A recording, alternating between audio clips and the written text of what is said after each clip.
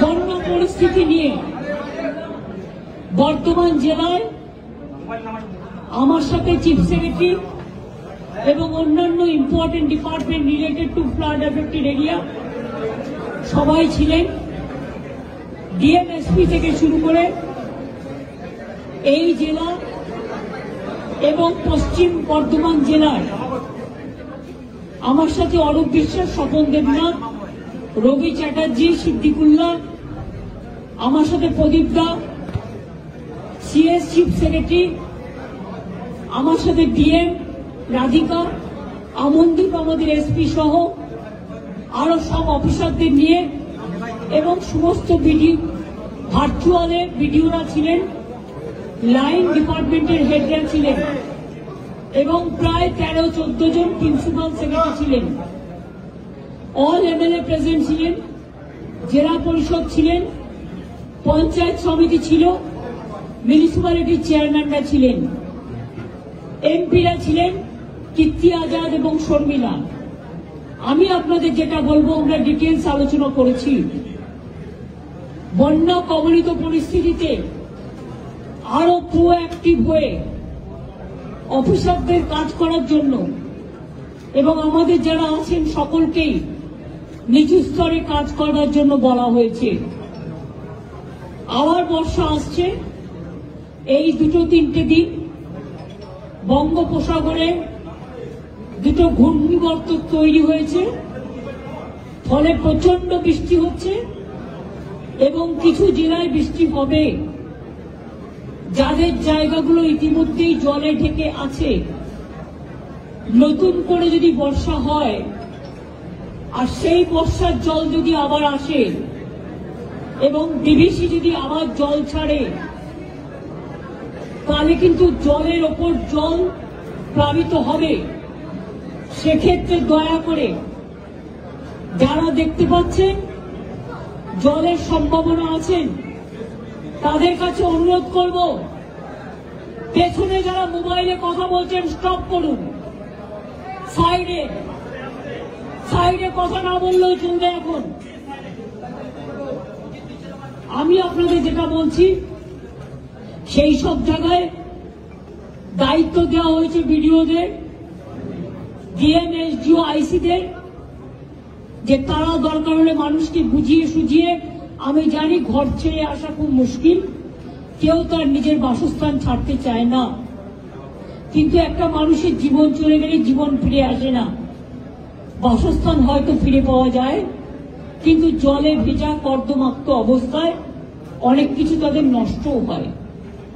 এই অবস্থায় আমরা এমএলএদেরও বলেছি, আমরাও গুরুত্ব দিতে বলেছি। বন্যার জল চলে গেলে প্রথম কাজ হচ্ছে বর্ধমান, বাঁকুড়া, বীরভূম, হুগলি, হাওড়া, নদিয়া থেকে শুরু করে বাঁকুড়া, যতগুলো জায়গা আছে, উত্তর 24 পরগনা, দক্ষিণ 24 পরগনা, যে জেলাগুলো শস্য ভান্ডার, যাদের শস্য নষ্ট হয়েছে, যাদের জলে ধানের জমি প্লাবিত হয়েছে, তাদের জমিগুলোকে মেপে তারা যাতে শস্য বীমার টাকা পায়, চাষি ভাইদের, বোনেদের আমি চিন্তা করতে বারণ করব। কারণ আমরা বিনা পয়সায় শস্য বীমার টাকা প্রতি বছরই চাষিদের দিয়ে থাকি। বাংলার দুর্ভাগ্য, বাংলায় যতটা বন্যা হয় এবং আসামে, অন্য কোথাও সেটা হয় না। কারণ বাংলা হচ্ছে নদী মাতৃকার দেশ, নদী, পুকুর, সমুদ্রে ঘেরা। ফলে আমাদের বাংলার অবস্থানটা ঠিক নৌকার মতো, প্রচন্ড জল জমে যায় একটুতেই। আর ঝাড়খণ্ডে বৃষ্টি হলেই আমাদের চিন্তা হয়, জলটা ছেড়ে দেয় নিজেদের বাঁচাতে টোটাল বাংলার ওপরে। ফরাক্কায় যখন জল প্লাবিত হয় দীর্ঘদিন ড্রেজিং না করার ফলে, জলটা ছেড়ে দেয় গঙ্গার ইরোশনের ফলেও। মালদা, মুর্শিদাবাদ যখন প্লাবিত হয়, বিহারেরও কিছুটা অংশ প্লাবিত হয়, কিন্তু বিহার তখন বাঁধ কেটে দিয়ে জলটা বাংলায় ঢুকিয়ে দেয়। Ganga action plan flat control DVC তিনটেই কেন্দ্রীয় সরকারের আমলে, মানে অন্তরে মানে ওদের অধীনে, কিন্তু আজ পর্যন্ত কোনো কাজ তারা না করার ফলে লক্ষ লক্ষ মানুষের ঘর ডুবে যাচ্ছে, কৃষিক্ষেত্র ডুবে যাচ্ছে, শস্য ক্ষেত্রে ডুবে যাচ্ছে। ইলেকশনে যে টাকাটা আমরা খরচ করি, আমি সব রাজনৈতিক দলকে বলবো, বড় বড় বিল্ডিং বানিয়ে, নিজেদের মূর্তি বানিয়ে যে টাকাটা আপনারা খরচ করেন, দয়া করে কেন্দ্রীয় সরকার তার 1/4 যদি আমরা পাই, আমরা Ganga action plan, flood control সিচুয়েশনটা আরো ভালো করে করতে পারি। আমাদের সব আগে থেকেও খবরই রাখতো না, এখন তো আমরা মনিটরিং করি 24/7। সব ছুটি বাতিল করা হয়েছে, কারণ একটাই, রাত জেগে সরকারি কর্মচারী হোক, পুলিশ হোক, আমাদের দলের স্বেচ্ছাসেবকরা হোক, তারা পাহারা দিচ্ছেন। সব বিডিও আইসির ওখানে মাইক্রোফোন রাখার ব্যবস্থা করা হয়েছে। সমস্ত রিলিফ ক্যাম্প বিভিন্ন জায়গায়, আশেপাশে যদি জল জমে সেখানে তুলে আনার জন্য বলা হয়েছে রিলিফ শেল্টার। আমরা ফ্লাড শেল্টার অনেকগুলো তৈরি করেছি, কিন্তু তাতেও বাঁধ মানছে না, বাঁধ ভাঙছে জলের পর জলের প্লাবনে। দরকার হলে পুজোর ছুটি আসছে, স্কুলগুলো ছুটি হয়ে যাবে, এবং এই সব জায়গাগুলোতে যাতে আমরা কাজে লাগাতে পারি, মানুষকে আগে প্রাণ দিয়ে সেটা আমাদের দেখতে হবে। জলের যাতে খামতি না হয়, মানে খাবার জলের, পিএইচই কে বলে দেওয়া হয়েছে, পিডব্লিউডি কে বলা হয়েছে যে রাস্তাগুলো ভেঙেছে টোটাল সার্ভে করতে।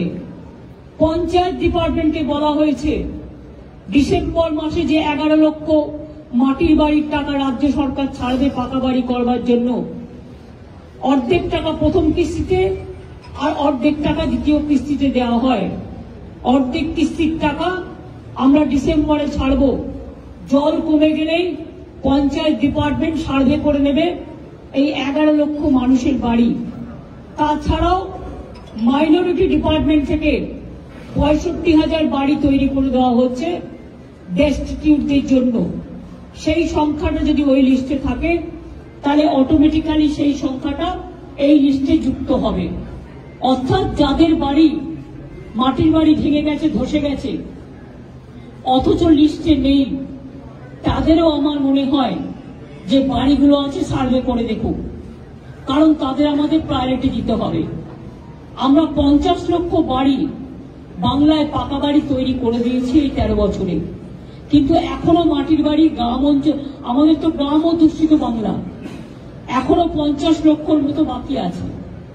সেক্ষেত্রে যে বাড়িগুলো একেবারে ধ্বংস হয়ে গেছে এবং অর্ধেক ধ্বংস হয়ে গেছে, সেই বাড়িগুলোর একটা লিস্ট করতে বলা হয়েছে। ইতিমধ্যে অনেক বাড়ি হয়তো 11 লক্ষ লিস্টে আছে, যেটা নেই সেটা আমরা চেষ্টা করব আরো কিছু বাড়িয়ে তাদের লিস্টে যতটা সম্ভব, যাদের একমাত্র ভরসা তাদের মাটির বাড়ি, তাদেরটা দেখে দেওয়ার যতটা পারবো, টাকা যতটা পারবে করবে। যতক্ষণ না হচ্ছে ততক্ষণ এক একটা বাড়িকে 3টে করে তিরপল দিতে বলা হয়েছে, যাদের বাড়ি ভেঙে গেছে। খাওয়া দাওয়া, রিলিফ, এবং আপনারা এই প্রথম দেখেছেন, আগেও করেছি আমরা, সরকার থেকে যেমন রিলিফ দেওয়া হচ্ছে, জিআর চলবে যতক্ষণ মানে স্বাভাবিক পরিস্থিতি না হচ্ছে। পুলিশও নিজের পক্ষ থেকে অনেক জায়গায় কমিউনিটি কিচেন করে করে তারা খাবার পৌঁছচ্ছে। আমিও আমাদের পক্ষ থেকে, আমার দলের পক্ষ থেকে 10 গাড়ি খাবার আর পুলিশকে 10 ট্রাক দিয়েছি, আমাকে সহকর্মীরা দিয়েছিলেন। এছাড়াও সব জেলায় যেখানে যেখানে বন্যা হয়েছে আমরা সাধ্যমতো ড্রাই প্যাকেট করে দিচ্ছি। এক একটা জেলায় হয়তো সাবজেক্ট একটা দুটো চেঞ্জ হতে পারে, কাউকে 5 কেজি চাল, কাউকে 5 কেজি মুড়ি, ডাল, আলু, হাফ কেজি করে সর্ষের তেল, কোথাও সোয়াবিন, কোথাও বিস্কুট, কোথাও চা, এই দুধ বাচ্চাদের। এছাড়াও ডাল বলুন, যা প্রয়োজন মানে মানুষের ইমিডিয়েট, সেই ডাই প্যাকেটও আমরা দিচ্ছি এবং পরিবার অনুযায়ী এটা অলরেডি আমরা দিয়েছি বন্যা এফেক্টেড এলাকাগুলোতে। আবার যদি অন্যান্য জায়গায় বন্যা হয়, কন্টিনিউ করে, তখন আবার দেয়া হবে। মানুষ যেন এটা না ভাবে যে আমরা বিপদে পড়ে আছি। বিপদে তো তারা নিশ্চয়ই পড়ে আছে, তাদের দুর্যোগ কেটে যাক, তাদের দুর্ভোগ কেটে যাক, মায়ের কাছে আমরা এটাই প্রার্থনা করি। সব মানুষ, আমি সব ধর্ম, বর্ণ, সম্প্রদায় সবাইকে বলবো, নিজে একখানা রুটি খেলে আধখানা ভাগ করে দিন, কেউ যেন বঞ্চিত না হয়, এদিকে আমাদের নজরটা রাখতে হবে। আমি এমএলএ-রেও বলেছি, এমএলএ যে কোটার টাকা আছে তাই দিয়ে তারা রাস্তাগুলো গ্রামীণ যতটা পারবেন করুন। আমি এমপিদের কাছেও রিকোয়েস্ট করবো, আমাদের এমপি যারা, তাদের টাকা দিয়েও তারা রাস্তাগুলো করুন, বিশেষ করে গ্রামীণ রাস্তাগুলো করুন। বাড়ির ব্যাপারটা একই লিস্টে যদি দুটো নাম থাকে, একজন পায় আর একজন না পায়, প্রবলেম হয়ে যায়। সেই জন্য ওটা আমরা একসাথে ডিসেম্বর মাসে করবো, কারণ সার্ভে করতে আমাদের 1 মাস টাইম লাগবে। তার মধ্যে পুজো এবং ভোটার লিস্টের কাজ শুরু হয়ে গেছে, সেই জন্য সবটাই করতে হবে। আর আপনাদের প্রেসকে আমি বলবো অনেক ধন্যবাদ সহযোগিতা করবার জন্য। আপনাদেরও দায়বদ্ধতা আছে, দায়িত্ব আছে। এখন কেউ যাতে কোনো চক্রান্ত আর কুৎসা রাখতে না পারে লক্ষ্য রাখবেন। 5টা কাজ করতে গেলে একটা কাজে ভুল ভ্রান্তি কারো হতে পারে, সেটা নিয়ে ন্যারেটিভ না বানিয়ে আসুন আমরা বন্যার ক্লিষ্ট, বন্যার সংশ্লিষ্ট মানুষের পাশে দাঁড়াই। শুধু কুৎসার অর্ডারে টিআরপি বাড়ে না, মানুষের পাশে থাকলে টিআরপি বাড়ে। টিআরপির দিকে তাকিয়ে বলতে নেই। আর যদি আপনার বাড়িতে কেউ অসুস্থ হয়, আপনার প্রথম কাজ কি? টাকা সঞ্চয় করা না টাকাটা দিয়ে তার ট্রিটমেন্টটা করা? আমাদের স্বাস্থ্যসাথী কার্ড আছে, আমি হাসপাতালগুলোতে সাপে কাটার ওষুধ বেশি করে রাখতে বলেছি, এমনকি সুস্বাস্থ্য কেন্দ্রগুলোতে ইমিডিয়েট পাঠাতে বলেছি, ওটা হাতের সামনে পায়। 2 হচ্ছে ভাইরালের মেডিসিন, হেলসেমেডি ছিল। 3 হচ্ছে সর্দি কাশির মেডিসিন।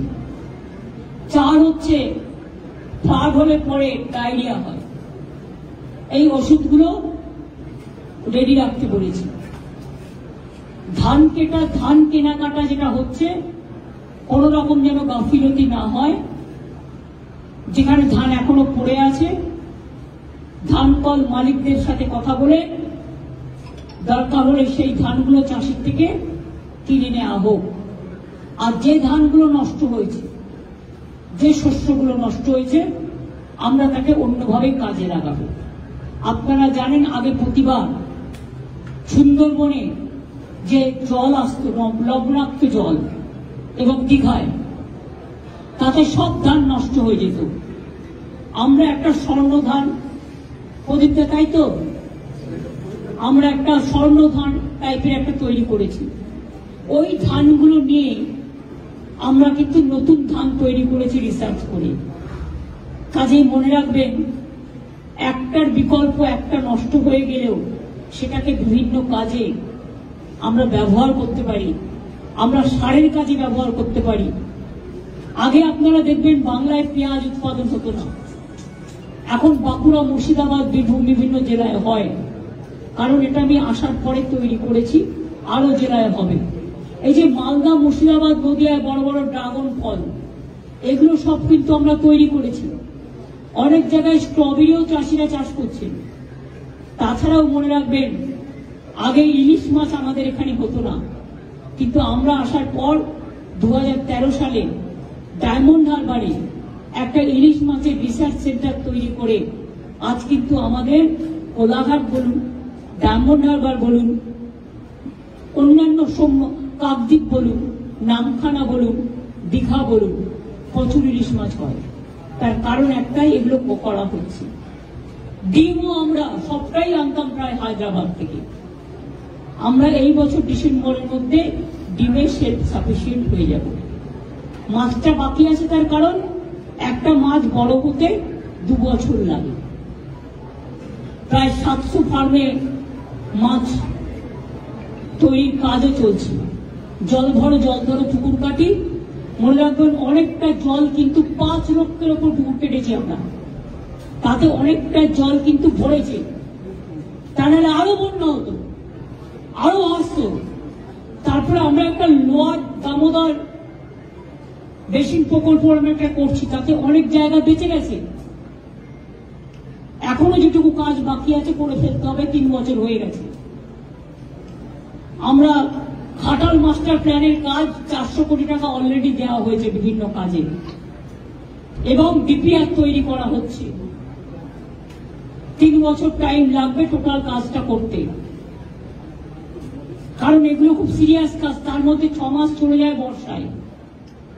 বর্ষাকালে কিছু করলে কনস্ট্রাকশনের কাজ, জলের টাকাটা চলে যায়। এটা দীর্ঘদিন সেন্ট্রাল গভর্নমেন্টের কাছে পড়ে আছে, আজ পর্যন্ত ওরা করেনি। এটা আমরা করব। তাছাড়াও অনেক জায়গায় বাঁধ ভেঙেছে।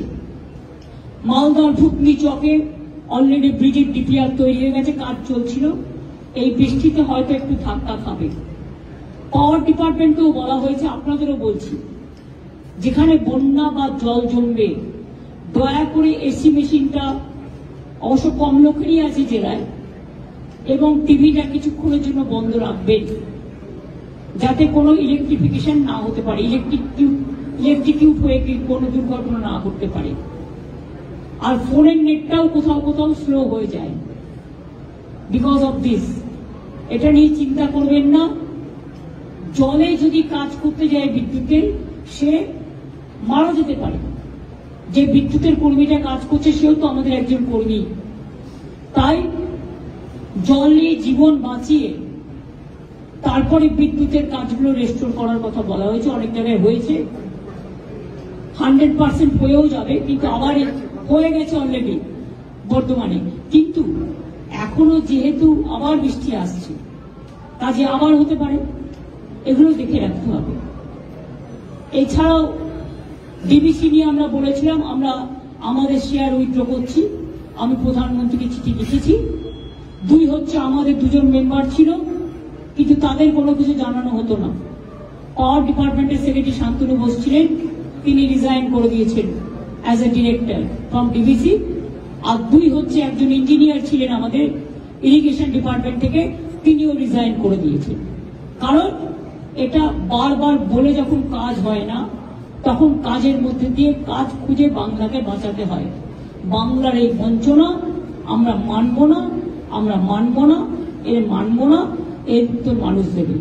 আমি এটুকু বলি, আপনাদের সকলকে অনেক ধন্যবাদ জানিয়ে, আমি যেহেতু বাঁকুড়ায় ইন্দা সন্ধ্যা বিভিন্ন জায়গায় জল উঠেছিল, অনেকটা নামতেও শুরু করে দিয়েছে, কিন্তু বটজোড়ায় একটা দ্বীপের মতো আছে যেখানে অনেকটা জল উঠেছিল, অনেক মানুষ আশ্রয় নিয়েছিলেন। আমি সেখানে যাব। তারপরে রাতে আমি দুর্গাপুরে আজকে থাকবো, প্রোগ্রাম নেই, ফিরে আস্তে আস্তে রাত হয়ে যাবে। আমি কালকে বীরভূমে অ্যাডমিনিস্ট্রেটিভ রিভিউ মিটিং করব, তাহলে আমার বন্যাক্লিষ্ট সবগুলো জেলা কমপ্লিট হয়ে যাবে ভিজিট করা। আপনাদের অনেক ধন্যবাদ, অনেক নমস্কার। আগাম পুজোর সকলকে শুভেচ্ছা। মা সকলকে শান্তি দিক, স্বস্তি দিক, শক্তি দিক, ভক্তি দিক। সবাইকে মা ভালো রাখুক, দুর্যোগ কেটে যাক, দুর্ভোগ কেটে যাক, আসুক আশারাম। ভালো থাকুক। এসব নিয়ে আমি কোশ্চেন করবো না। This is only